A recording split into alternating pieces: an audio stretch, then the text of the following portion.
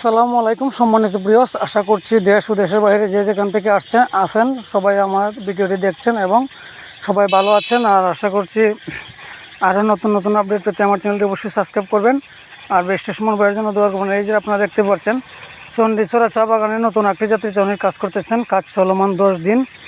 আসলে এই যে সুমন ভাইয়ের বাইক না এখানে বসে আছে, উনি দেখাশোনা করে কাজের।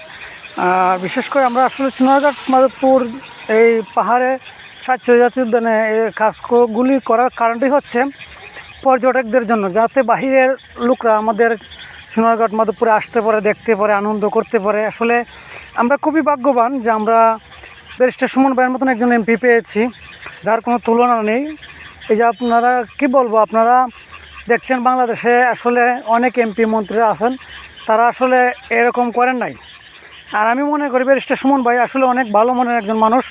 এই যে আপনারা সম্পূর্ণ ভিডিওটি দেখবেন আর সুমন ভাইয়ের ভিডিও পেতে অবশ্যই চ্যানেলটি সাবস্ক্রাইব করবেন। ধন্যবাদ সবাইকে। আসসালামু আলাইকুম ওয়া রাহমাতুল্লাহি ওয়া বারাকাতুহু।